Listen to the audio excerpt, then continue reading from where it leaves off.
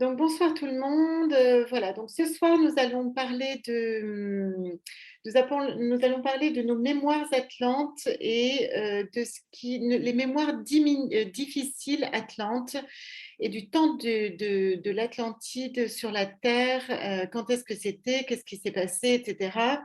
Et nous allons finir avec une méditation pour la libération de ces mémoires atlantes.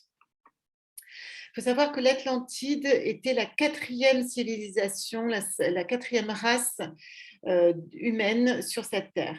D'accord. La quatrième race. La cinquième race étant la nôtre, qui a commencé il y a entre 12 000 et 9 000 ans. Alors, il y en a qui ne sont pas tout à fait d'accord, donc on va mettre une belle fourchette entre 9 000 et 12 000 ans. Je pense que c'était aux alentours de entre 11 et 12 000 pour moi. Avant JC, hein, donc c'est par rapport à la naissance du Christ, ou le décès d'ailleurs, c'est la naissance, oui, la naissance du Christ, enfin de Jésus. Et donc voilà. Et en fait, cette civilisation, donc c'est la quatrième civilisation sur cette terre qui était quand même de haute technologie par rapport à celle que nous avons. Mais elle ressemble à certains points, comparée à la Lémurie, qui était quand même très, très, très, très différente, qui était un peuple beaucoup plus calme, beaucoup plus basé sur la nature, sur les vibrations énergétiques de la Terre, etc. L'Atlantide était très différent. Il y avait quand même donc beaucoup de technologies, donc des avions, des sortes de navettes spatiales. On avait des voitures spatiales en fait. On avait aussi, il y avait donc d'autres sortes d'animaux, etc., qu'on domptait, notamment les dauphins, etc., sur lesquels on pouvait aller dans la mer et sur la mer, etc., etc. Bon. Moi, j'ai pu y aller grâce à mes patients et j'ai pu voir un petit peu ce qui se passait grâce à leur vision et de ce qu'ils avaient en mémoire. Je n'y suis pas allée comme ça par pur bonheur, parce que pour moi, ça a été souvent des mémoires difficiles. Parce que en fait, je me suis toujours considérée en premier lémurienne, parce que pour moi, le temps Atlante était un temps de souffrance et de grandes batailles, et voilà. En tout cas, moi, c'est comme ça que je l'ai vécu. Donc, voilà, j'ai bien vu à travers mes patients que tout le monde n'avait pas vécu ça, mais voilà. Mais quand même, à chaque fois que je suis allée en Atlantide avec eux, c'était pour des mémoires quand même de souffrance. Bon, après, bien sûr, sur la table, on travaille des mémoires qui restent et qui sont bloquantes, limitantes pour l'individu dans cette vie. Donc, c'est des bons moments de récupération, de réalignement de ces mémoires et de libération de ses mémoires. Donc, au temps de l'Atlantide, entre 26 000 ans d'histoire et 12 000 ans, il y a eu 3 cataclysmes de civilisation. Il faut savoir que la récupération voilà, des milliers d'années pour pouvoir reconstruire, ça se fait, quoi, hein. Regardez, nous, en quelques décennies, on a le nucléaire, on a des voitures, on a des avions, on a des fusées, etc. Voilà. Donc, imaginez des millénaires de ça, et vous pouvez imaginer combien on pourrait être avoir de hautes technologies. Simplement, vu que ça nous est arrivé, vu qu'il y en a certains, donc vous comprenez bien que les incarnations, et la plupart d'entre nous, si ça vous parle, vous me direz ça entre l'intermédiaire entre ce message et la méditation, savoir si ça vous parle à vous, si ces mémoires, s'il y a eu si vous avez déjà eu des réminiscences de mémoires atlantes, des visions, des peurs vis-à-vis de l'eau, vis-à-vis des feux, vis-à-vis des tremblements de terre. Voilà, moi j'ai pu vivre un tremblement de terre dans cette vie, dans cette vie actuelle de Patricia. Et je suis sûre et certaine, et en plus c'était vraiment, c'était en Californie, donc de toute façon, voilà, et c'était un 7,1, donc ce n'était pas un petit 4,5, etc. Et il y a eu plusieurs morts. Bon, voilà, j'étais en sécurité, mais voilà. Je suis sûre d'avoir revécu ça pour pouvoir dépasser des peurs, etc. Et j'ai dû quand même dépasser encore des peurs qui me restaient alors que j'avais vécu un tremblement de terre assez correct. Et j'ai dû dépasser des peurs à 19 ans, etc., avec de l'aide en mémoire parce que ben, j'avais en cristallisation des mémoires ancrées, engrammées dans moi vis-à-vis de la terre. Et si la terre gronde, ben, c'est la fin du monde. Et j'avais vraiment cette mémoire de fin du monde. Alors moi, j'ai beaucoup de fin du monde dans mes mémoires que j'ai dû traverser. Et donc, je vous propose de faire ça parce que c'est vrai que c'est très libérateur, libérateur vis-à-vis de nous et de l'espace, des nouvelles lignes de temps que nous devons mettre en place et pour avoir le champ libre face à l'avenir. Si le passé reste bloqué, l'avenir ne peut pas se faire, ne peut pas se créer de manière libérée et de manière plus, je dirais de manière plus sereine, d'accord? Donc c'est vrai que c'est important de pouvoir libérer des choses du passé.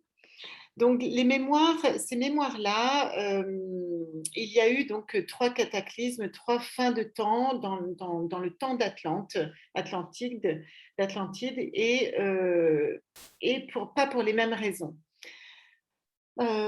Cette civilisation était basée sur la puissance du cristal. La puissance du cristal, avec beaucoup, beaucoup de cristal. Le cristal était utilisé à des fins de mémoire. On mettait à jour les mémoires à l'intérieur des cristaux. Et on l'a tellement utilisé, on l'a beaucoup, beaucoup utilisé. Et d'ailleurs, on en a gardé quelques-uns. Il y en a encore quelques-uns qui sont encore ensevelis et d'autres qui ont été amenés dans l'intraterre. Donc, à l'intérieur de la Terre est creuse. Elle est creuse. Elle est creuse. Il y a plusieurs réseaux, plusieurs galeries, et dont un réseau qu'on appelle le réseau Agartha, qui est un réseau qui a commencé à la fin de la Lémurie, en pleine Atlantide, où la fin de la première Atlantide et la fin de la Lémurie a commencé, et il y a beaucoup de Lémuriens qui sont descendus, et dont le maître Adama, donc prêtre lémurien, qui est descendu et qui sont restés, qui ont bien voulu garder ces mémoires lémuriennes à l'intérieur de la Terre. Donc effectivement, ces mémoires lémuriennes, donc si vous regardez à l'intérieur de ce centre de la Terre, bon, ben, si vous avez vu des films, etc. Mais c'est un petit peu ça, c'est-à-dire qu'il y a d'autres vibrations, la densité est différente, il y a l'aspect végétal est beaucoup plus bas, c'est moins élevé, voilà, enfin, disons que c'est beaucoup plus rare. Il y a quand même des arbres fruitiers, il y a un soleil et il y a toute une civilisation avec de l'architecture, etc., magnifique, comme au temps de la Lémurie. Et lorsque les premiers Atlantes aussi ont péri dans la première Atlantide, il y en a certains qui sont descendus. Pas tous, ils se sont entendus avec les Lémuriens, etc. Même s'il y a eu la guerre entre enfin, il y a eu les Lémuro-Atlantes, mais il y a eu quand même un peu la guerre entre Lémurie et l'Atlantide, entre ces deux civilisations. Et ensuite, le deuxième et le troisième Atlantide, et je vais parler de la troisième Atlantide. Entre la troisième Atlantide et l'humanité, entre la troisième Atlantide et l'humanité, il y a eu donc une fin de temps. Donc à chaque fin de temps Atlante, il y a eu des personnes qui se sont recyclées, réincarnées, etc. D'autres qui ont bien voulu descendre dans les réseaux, dont le réseau Agartha, et d'autres qui sont restés encore une fois sur la Terre pour remonter, recréer un peuple, etc. Et la troisième Atlantide marque La fin du monde Atlante, il faut savoir que dans ces 14 000 ans de règne Atlante, il y a eu donc deux clans qui se sont affrontés, surtout en deuxième et troisième Atlantide, qui étaient on différenciait donc les fils de l'un et les fils de Bélial. Les fils de l'un étaient des êtres qui prônaient l'unité dans le monde et qui prônaient la lumière et l'unité entre les peuples. Bon. Et le fils de Bélial et les fils de Bélial étaient pour l'individualisme alors que les fils de l'un étaient pour le pouvoir collectif. Comment j'ai écrit ça, la puissance de l'être, donc le pouvoir de la puissance de l'être, et alors que les autres étaient pour le pouvoir personnel. Donc c'est une bataille comme ça qui a duré, qui a affronté deux mondes. Et on avait donc beaucoup de magie à cette époque-là. Il y avait il y avait beaucoup de sciences, il y avait beaucoup de magie, il y avait beaucoup d'éducation des enfants extraordinaires. Mais c'est vrai qu'il y a eu quand même ces deux affrontements qui ont marqué la fin de l'Atlantide et donc beaucoup de souffrance quand même. Tant de souffrance qu'à la fin de la troisième Atlantide, on a vu descendre des êtres qui étaient dans les fils de l'un, rentrer dans ce qu'on appelle l'ombre et passer de l'autre côté. Et soit être récupérés parce qu'ils étaient tellement en colère, ils y croyaient tellement à cette unité, à ce pouvoir de tous, voilà, donc bien sûr, la lumière a accepté la déchéance de ces êtres et la diminution en énergie de ces êtres. Donc certains d'entre nous sur la Terre ont vécu ça, cette déchéance après l'Atlantide, de la descente de l'énergie. Certains sont partis donc dans l'intraterre et d'autres ont voulu garder les mémoires et sont partis pour rebâtir un monde et continuer à rester sur la surface de la Terre. Sans cristaux, sans énergie, sans rien. Donc, ils ont revécu des choses un peu difficiles et la restructuration de leur civilisation lente, etc. Et après, on a pu voir. Donc, il y en a certains qui ont atterri, bien sûr, en Europe du Nord, après qui sont descendus en Asie, etc., qui sont partis vers l'Afrique, nord de l'Afrique, etc., et qui sont remontés, etc. Bon. Il y a eu plusieurs civilisations comme ça qui sont parties aussi du côté de l'Amérique et voilà l'Amérique latine.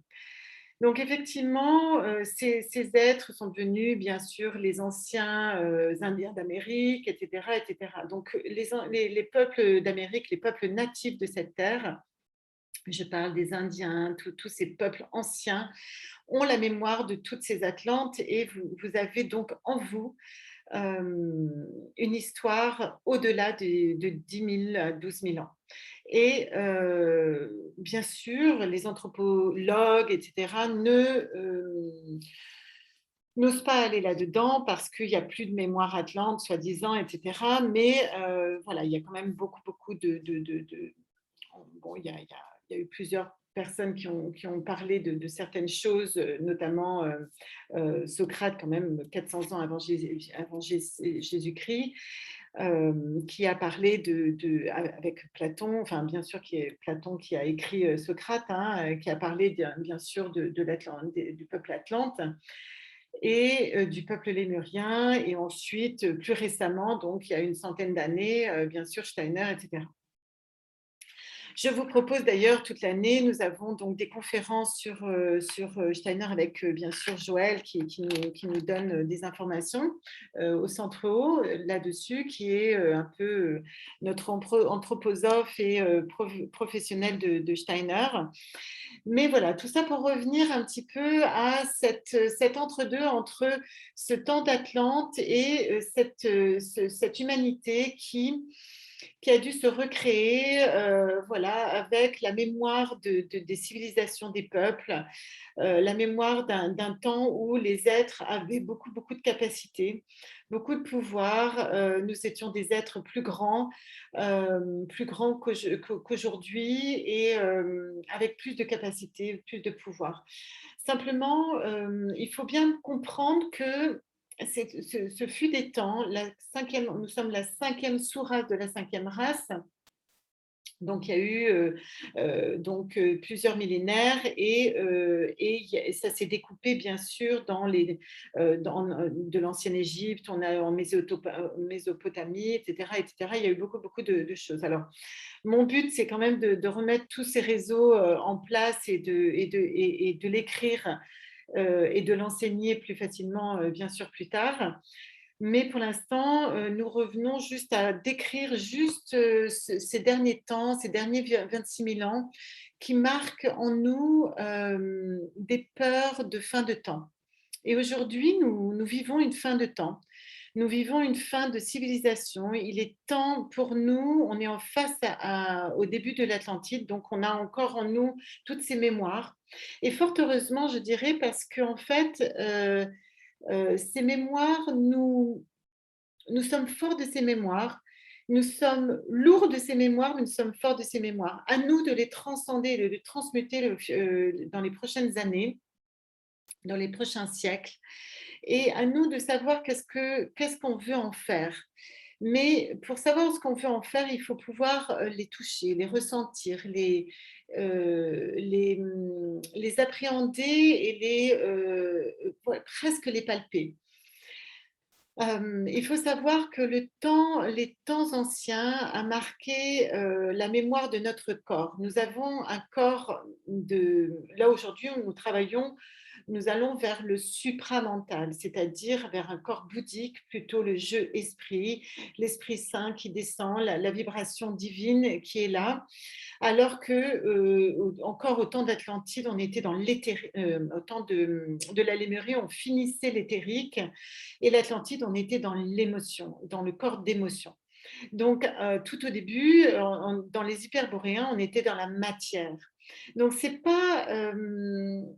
Ce que je veux dire par là, c'est que ces temps anciens où il y avait des grandes, grandes civilisations, où il y avait des peuples qui agissaient de manière magique, de manière, bon, normalement civilisée, avaient quand même, comme nous, des réseaux de radio, des réseaux de journalisme, etc., qui, avec toujours autant de problématiques, de problématiques de discernement, euh, avaient les mêmes soucis aujourd'hui que nous.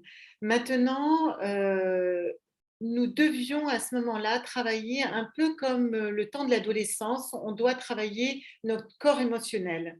Ben, nous, on le fait dans notre adolescence. Alors que eux n'en étaient pas là. On en était à d'autres civilisations, d'autres niveaux vibratoires, mais ils n'en étaient pas aussi matures qu'on peut l'être aujourd'hui. Je sais que pour vous, ça peut sembler être le futur, parce qu'effectivement, on était dans des huitièmes dimensions, mais on a dû monter quand même. Et alors que là, nous pouvons toucher la sixième, la septième et parfois la huitième, mais on peut toucher déjà la 5-6e, d'accord? Ça veut dire les mêmes visions, la même imprégnation de vision sur les projets qu'on peut avoir ensemble, etc., etc. Quand on sera en huitième dimension, ça veut dire qu'on aura déjà ancré des choses sur la Terre. Donc ça, c'est dans les prochaines années, hein. On crée les mêmes visions sur la Terre en points en commun, des choses en commun. Mais il faut savoir que nous avons déjà fait ça. D'accord? Donc, il est temps pour nous de récupérer aussi ces mémoires, mais surtout de nous guérir de ces mémoires qui peuvent nous freiner par rapport à nos vies, par rapport à nos frères et sœurs, parce que bien sûr, on va avoir des mémoires donc de bataille. Parfois, on était les uns contre les autres. Parfois, on était amoureux les uns avec les autres. Parfois, on était des frères et sœurs. Parfois, nous étions des opposants, parfois, voilà. Ce qui est important aujourd'hui, c'est où est-ce que nous nous sommes, où est-ce que nous nous positionnons. Pour moi, j'ai œuvré beaucoup pour le Fils de l'Ain et c'est une évidence pour moi. Je sais de quel côté j'étais, je sais comment j'ai péri aussi, mais j'ai péri dans cette cohérence et euh, je dirais cette droiture auquel je ne sais pas me défaire. Je ne sais pas me défaire, mais je pense que je ne sais pas me défaire de ça. Voilà, donc ça, c'est important. Et en fait, où est-ce que vous vous sentez, vous? Comment vous avez bataillé? Jamais personne, et moi y compris, ne vous jugera si vous fûtes un des fils de Bélial et que vous avez été enfin, on s'est battu l'un contre l'autre. Aujourd'hui, il est temps. Mon Dieu, mais quel bonheur de retrouver mes frères et sœurs qui peuvent aujourd'hui dire, écoutez, voilà, moi, je ne suis pas d'accord, je ne suis plus d'accord avec ça aujourd'hui. On m'a leurré à ce moment-là, voilà, je n'ai pas su être dans le discernement. Je ne suis plus dans le pouvoir égotique ou pouvoir individuel et je suis dans le pouvoir collectif. Donc voilà. Donc moi j'ai connu des êtres tels que ça. J'ai dû pardonner à des êtres tels que cela, des amis, des sœurs, des frères. Parfois pas toujours de la même manière, pas toujours simplement, pas toujours en direct. J'ai eu la chance il y a quelques années de rencontrer une amie, qui est toujours une amie d'ailleurs, et qui avait un gros souci et elle se bloquait sans arrêt. Et en fait, elle a eu un retournement à un moment donné et elle a trahi son peuple. Voilà, elle était fils, je pense, d'un des dirigeants Atlante à ce moment-là. Et elle s'est retournée contre son peuple. Et elle devait vivre ça. Et voilà, il est important aujourd'hui de marquer le monde par le pardon, par le temps des retrouvailles, par le temps de la reconnaissance de l'autre, dans la fraternité, dans la cohérence et l'amour universel. Il est temps de se pardonner. Quelle est la solution à l'être qui a fait ça il y a 12 000 ans? Quelle est sa possibilité à lui d'aller vers la lumière si vous ne lui pardonnez pas? Quelle est sa possibilité à lui de se pardonner voilà, et de trouver la paix à l'intérieur de lui lorsqu'il n'est pas pardonné par son propre peuple ou sa propre sœur ou son propre frère ou que sais-je, son propre peuple en tout cas. Voilà, en tout cas, moi, dès que je peux, je le fais, je pardonne, je le fais dans un acte conscient quand je sais que c'est ça. Et puis voilà. Donc cette scission entre le fils de l'un et le fils de Bélial a marqué ces grands cataclysmes. Il y avait des magiciens sombres et des magiciens blancs de chaque côté qui ont œuvré et qui ont péri de chaque côté. Voilà, donc à un moment donné, il est important de voir que de chaque côté, il y a eu des, voilà, des morts, je ne sais pas des échecs, mais c'est des pertes collatérales. Et voilà, donc ça, c'est vraiment important de voir ça pour la méditation de tout à l'heure. L'ascension, j'aimerais parler de l'ascension. L'ascension de la Terre, nous sommes dans l'âge de cristal. L'âge de cristal marque le temps où notre propre cristal, à chacun à l'intérieur de notre cellule et à l'intérieur de notre ADN, et à l'intérieur de notre glande pinéale, il y a du cristal. La vibration du cristal est en nous. Il va falloir la transcender, le travailler au fil des semaines, des mois, etc. Et il faut absolument, pour ce faire, nettoyer les voiles, les blocages, comment dirais-je, les limitations que vous vous mettez, que nous nous mettons pour la non-accessibilité à ce cristal. Les cristaux sont à travers la Terre et vont devoir reprendre leur place et être réactivés sur cette Terre. Nous en avons un immense au centre de la Terre, nous en avons plusieurs enfin, à travers le monde, plusieurs à travers le monde, et il faut se reconnecter avec ce réseau cristal. Et donc, l'âge de cristal marquera l'ascension de la Terre vers une nouvelle civilisation de haute vibration et de haute pensée, je dirais. Hein. Donc, les pensées, les mémoires, les douleurs et les souffrances, les colères et les amertumes doivent cesser sur cette terre. Et c'est qu'en nettoyant chacune de nos mémoires, qu'en nous accompagnant les uns avec les autres, pour les autres, sur cette terre, que nous atteindrons la paix et la joie sur la terre. Bon. Donc, la fin du carbone et le début du cristal. La fin du carbone, c'est la fin de la nourriture animale. À moins que l'animal que vous mangez soit de haute vibration cristalline, c'est-à-dire parfois il y a certains crustacés encore dans l'eau qui sont de haute vibration, et auquel cas il faut le remercier, etc. Et c'est OK. Simplement, il faut savoir que les animaux qui ont été tués par peur, avec de la peur au ventre, qui ont été tués de manière non consciente, voilà, et s'il faut manger halal, je préfère encore manger halal voilà, que de manière non consciente.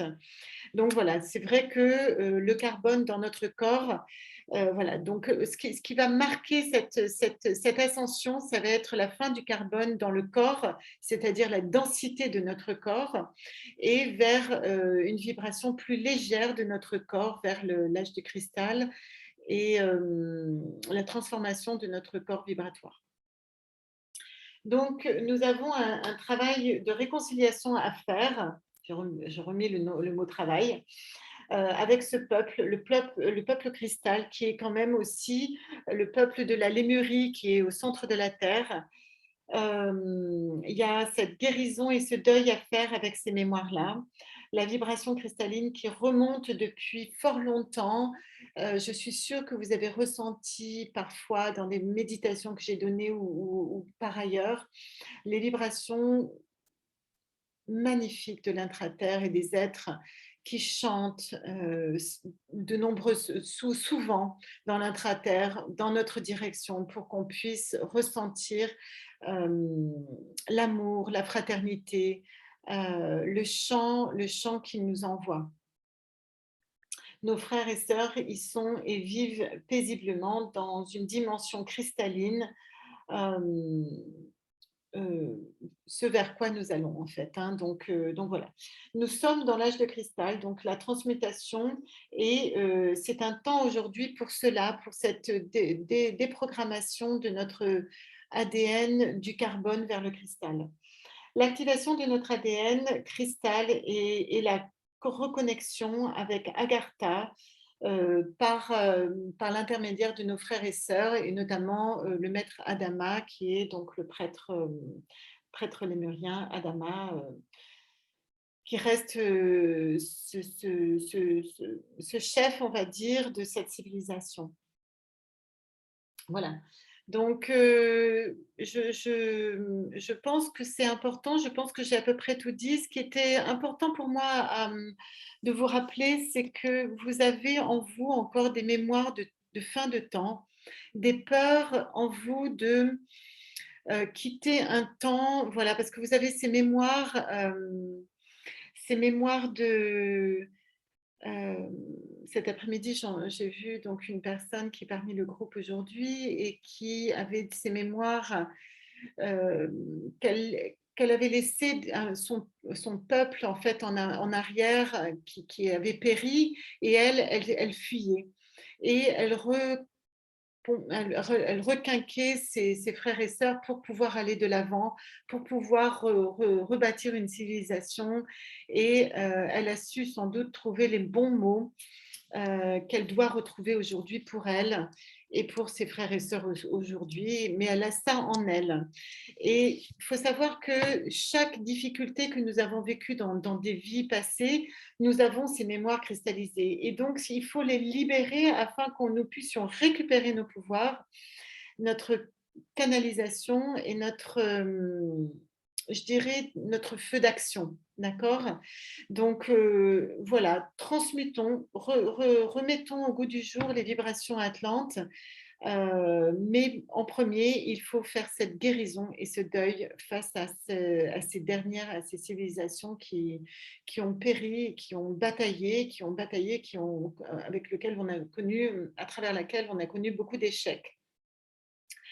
Et puis beaucoup de heurts. S'il y en a parmi vous qui avez travaillé avec l'ombre ou qui avez succombé à l'ombre, vous vous en voulez énormément.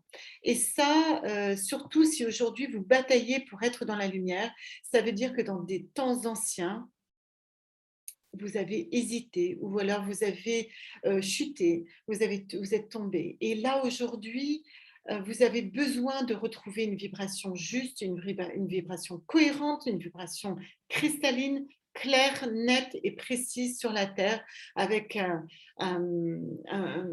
une, une posture précise, une rectitude précise par rapport à la lumière. Voilà.